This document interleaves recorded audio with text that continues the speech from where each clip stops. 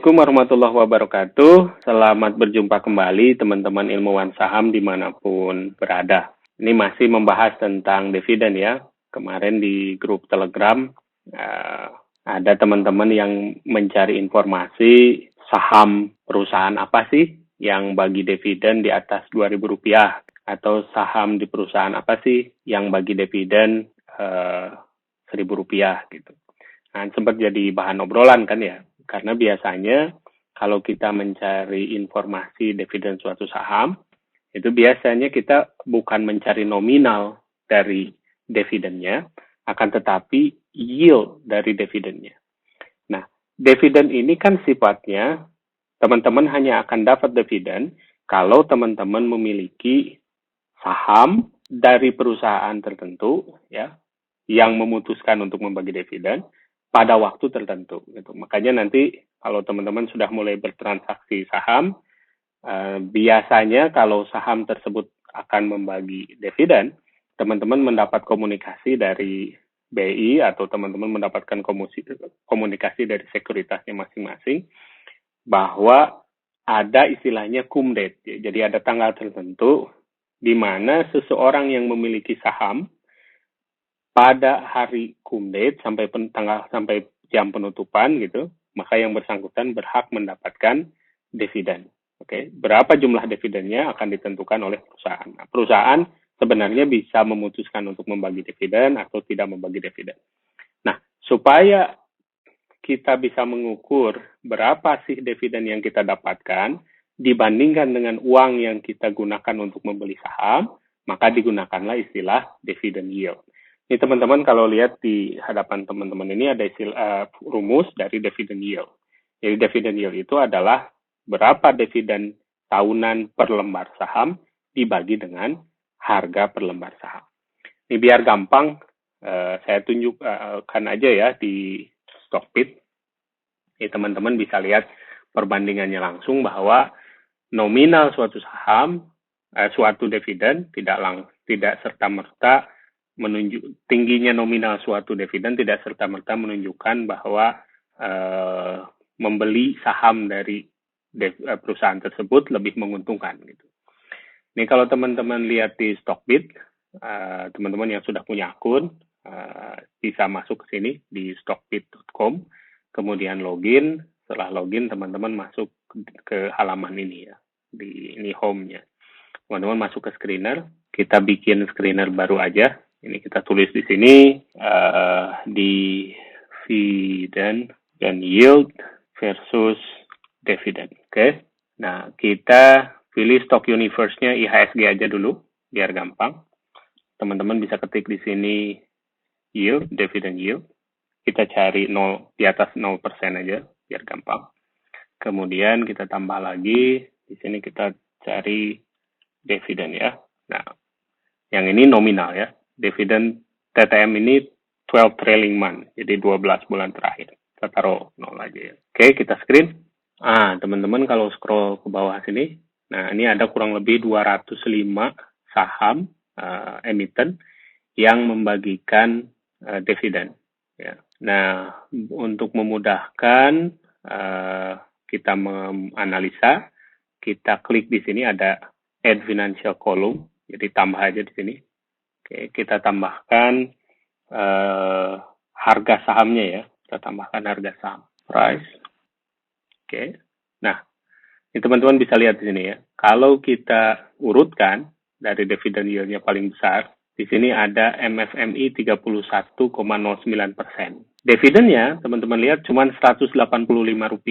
Artinya kan kecil ya kalau dibandingkan Rp2.000 yang teman-teman cari atau Rp1.000 yang teman-teman cari, ini cuma Rp185. Akan tetapi Rp185 ini lebih bernilai dibandingkan yang Rp1.000 misalnya, karena nilai investasi yang harus kita taruh untuk membeli saham itu cuma Rp595 per lembar sahamnya.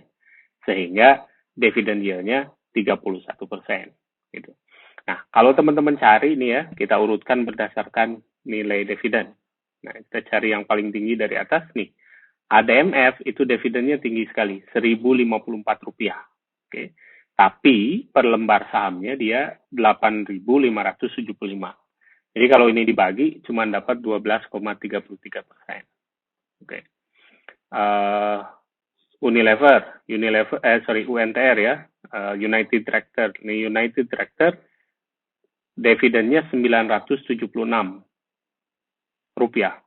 Tapi harga sahamnya 23.250. Itu artinya teman-teman harus investasi minimal 2.325.000 ya, karena kan kita belinya satu lot ya, 100 lembar. Jadi 2 juta minimal belinya 2 juta, teman-teman baru dapat 9.760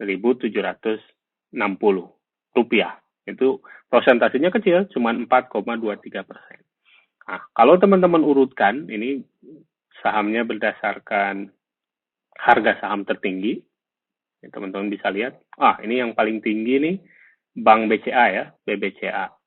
Nah, Bank BCA ini harganya paling tinggi, dividennya lumayan lebih gede daripada MFMI tadi, Rp553 per lembar saham. Tapi kalau dividen ini dibagi dengan harganya, dividen yield-nya cuma 1,62%. Artinya teman-teman kalau berinvestasi, ya katakanlah kita dapat nilai bulat lah misalnya 100 juta gitu. Dari investasi 100 juta, teman-teman cuma dapat 1,62 juta.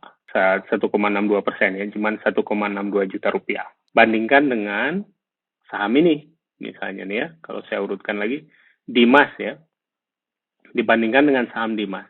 Kalau teman-teman investasi 100 juta, katakanlah dapat angka bulat gitu ya, tentu saja nggak akan bulat karena berdasarkan kelipatan dari 100 lot sahamnya, itu teman-teman bisa mendapatkan kurang lebih 19 juta dari dividen gitu.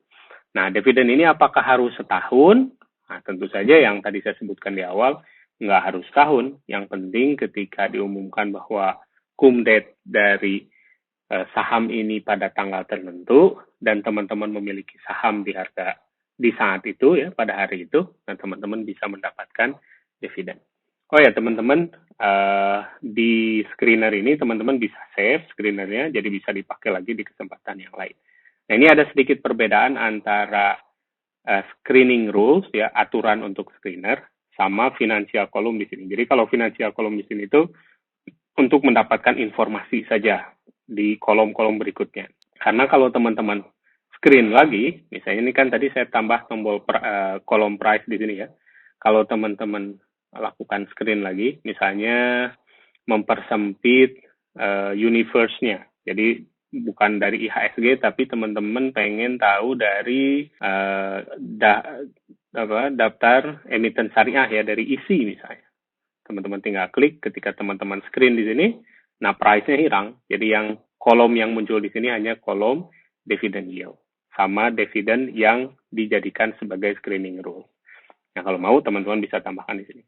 Kalau teman-teman pengen kolomnya muncul setiap saat ketika teman-teman screen, nah teman-teman bisa tambahkan aja di sini. Harganya price dari saham itu misalnya lebih dari 0.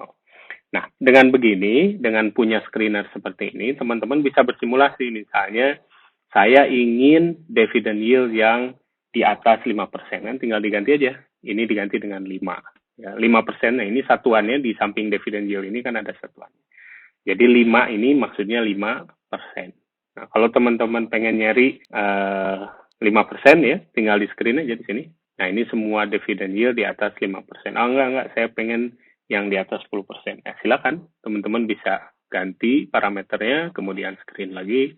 Nah, ini ada kurang lebih 9 perusahaan dengan dividen di atas 10%.